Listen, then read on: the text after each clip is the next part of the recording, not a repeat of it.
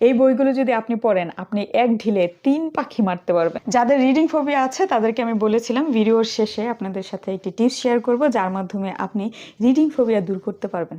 আর সেই টিপসটি হলো আপনাকে অনেক বই পড়তে হবে, আর সেই বই হবে ইংলিশে। এখন ইংলিশে বই পড়ার কথা যখনই কেউ বলে এবং যাদের একটু বেসিক দুর্বল তাদের মনে এই চিন্তা ঘুরপাক খেতে থাকে যে ইংরেজি বই তো অনেক কঠিন হয়, পড়ে বুঝতে পারি না, বারবার শুধু ওয়ার্ড মিনিং দেখতে হয়, পড়ে মজা পাই না। এই সব সমস্যা যদি আপনার থাকে তাহলে আমি আপনাকে বলবো সহজ ইংলিশে লেখা বই সিলেক্ট করুন এবং সেগুলো পড়ুন। তো আপনাদের জন্য আমি একটি লিস্ট তৈরি করেছি। এখানে যে লিস্ট দেখতে পাচ্ছেন এই সবগুলো বই মোটামুটি সহজ ইংলিশে লেখা। তবে এই লিস্টে 15টি বই আছে। এই 15টি বইকে আমি 2 ভাগে ভাগ করেছি। প্রথম ভাগে রেখেছি সহজ ইংলিশে লেখা বই লেভেল 1। তার মানে এই বইগুলো বেশি সহজ, একদম সহজ ইংলিশে লেখা। যারা আইএলটিএস দেওয়ার চিন্তা করতেছে তাদের যে বেসিক লেভেল তারা এই বইগুলো পড়েই বুঝতে পারবে। সহজ ইংলিশে লেখা লেভেল 2তে আমি যে বইগুলো রেখেছি লেভেল 1 থেকে একটু কঠিন, খুব বেশি কঠিন না।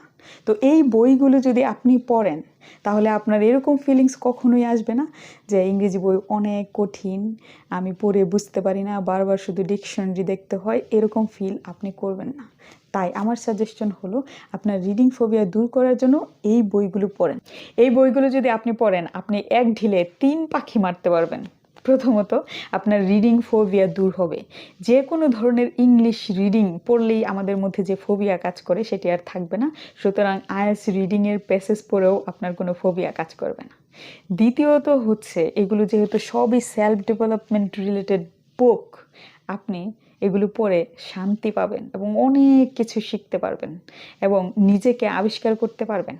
তৃতীয় হচ্ছে আপনার ইংলিশের ওভারঅল ডেভেলপমেন্ট হবে।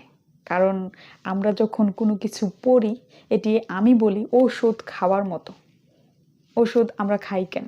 দেখবেন স্কিন ডিজিজ হলেও আমরা ওষুধ খাই যেন এটি ভিতর থেকে সমাধান করে। ঠিক তেমনি রিডিং হচ্ছে সেরকম।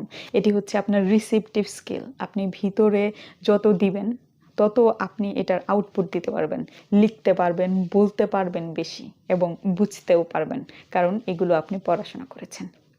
আর আপনি আইএলটিএস স্পিকিং এবং রাইটিংয়ে যদি ভালো করতে চান তাহলে আমি আপনাকে বলবো আমার লেখা 2টি বই, সবার জন্য আইএলটিএস স্পিকিং এবং সবার জন্য আইএলটিএস রাইটিং টাস্ক 2, এই বই দুটো সংগ্রহ করতে ভুলবেন না। কারণ এই বই দুটো স্পেসিফিক্যালি টপিক স্পেসিফিক ভোকাবুলারি শেখার ভান্ডার হিসেবে কাজ করবে। আর আপনার টার্গেট যেহেতু 7+, আপনি এই বই দুটোকে হাতিয়ার হিসেবে কাজে লাগিয়ে 7+ অর্জন করতে পারবেন। এই যে সুপার টিপটি আপনাদের সাথে আমি শেয়ার করলাম, don't forget to share with others. Thank you for watching the video.